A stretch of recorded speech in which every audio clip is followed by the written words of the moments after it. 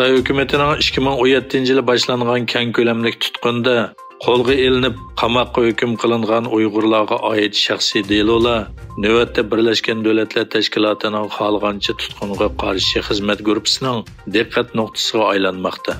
Birlashgan Davlatlar Tashkilotining mazkur xizmat guruhi yaqinqi bir yil ichida Xitoy turmalaridagi Uyg'urlarga oid shaxsiy delolarga qarata ayrim-ayrim 3 dokument e'lon qilib, bu delolarga qarata qonun va xalqaro ahdnomalar nuqtasidan fikr bildirgan. Birlashgan Davlatlar Tashkiloti xizmat guruhi bu dokumentlarning birida Xitoy turmasidagi yozuvchi Yalqin Ro'zining uzun muddatli qamoqqa hukm qilinishining qonuniy asosi yo'qligini bildirgan. Dokumentda Yalqin Ro'zining qo'lga ilinishi va tutib turilishi xohlagancha tutqunga kirdiganligi, uning adil sotlanmaganligi, bu deloning fikr erkinligiga xiloflik qilishga kirdiganligi, bu deloda Xitoy hukumati xalqaro kishilik huquq universal ahdnomasining nurg'un moddalariga xiloflik qilganligini bildirgan.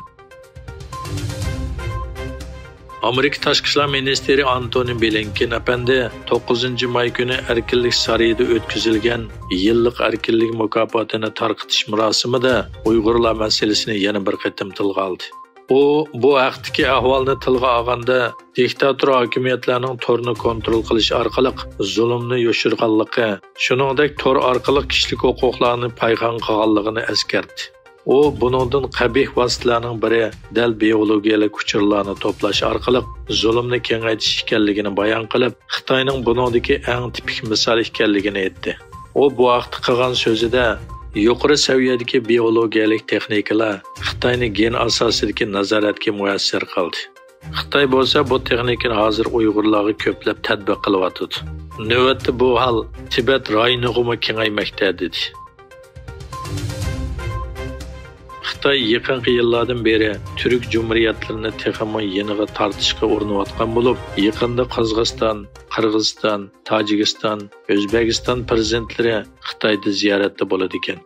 Xitoy siyosiy kengash organ to'rining 9-martdagi xabarda bildirishicha, Xitoy Tashqi ishlar ministrligining bayonotchisi Hua Chunying bayonot e'lon qilib, Xi Jinpingning taklifiga binoan Qozog'iston prezidenti To'qayev, Qirg'iziston prezidenti Jafarov, Tojikiston prezidenti Rahman, O'zbekiston prezidenti Mirzoyevlarning 16-maydan 20-maygacha Xitoyda davlat ishlari ziyoratida bo'lganligini bildirgan.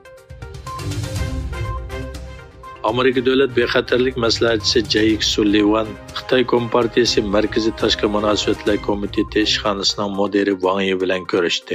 Oqsaroy va Xitoyning yozma bayonotida Sullivan bilan Wangning 10-maydan 11-maygacha Avstriyaning poytaxti Viyannada ko'rishganligi xabar qilindi. Bu yig'in 2-mayda Xitoyning jasus sharining Amerika va tavalligiga kirishdan kelib chiqqan Krizis va tashqi ishlar ministri Antony Blinkenning planlagan Xitoy ziyaratining bekor qilinishidan buyon Washington bilan Beijing o'rtasidagi eng yuqori darajalik diplomatik aloqa bo'lgan. Fransiya Tashqi ishlar ministri Catherine Colonna Xitoyning Rossiyani Ukrainaning egalik huquqi va zamin butunligiga hurmat qilishga qoyil qilishda muhim rol o'ynaydiganligini aytdi. Fransiya Tashqi ishlar ministrligining bayonotiga qaraganda, Colonna tunugun Parijda Fransiyani ziyorat qilayotgan Xitoy Tashqi ishlar ministri Qin Gang bilan ko'rishgan. Tayvan bilan Xitoy o'rtasidagi ziddiyat kun sari kuchaymoqda. Xitoyning Tayvan atrofidagi harbiy manevrini kuchaytirayotgan bir paytda Tayvanda Xitoyning tajovuziga qanday qarshi turish haqida manevr o'tkazildi. Manevr ssenariyasiga qaraganda, urush vaqti 2025-yil 26-avgust bo'lib, Tayvan bo'g'izida Xitoy dengiz armiyasi paraxotlari mashg'ulotga tayyorlangan. Xitoy armiyasiga tava boshqarilgan bomba poytaxt tabiidagi bir turalg'oga so'qilgan. Tayvanning izlash, qutqizish va davolash guruhlari bo'lsa, xarobalik ostida qolganlarni qutqizmoqda ekan.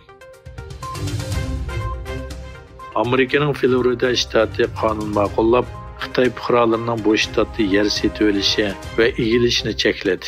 Hozir Amerikadagi 10 shtat buningga o'xshash qonunni yo'lga qo'ymoqda.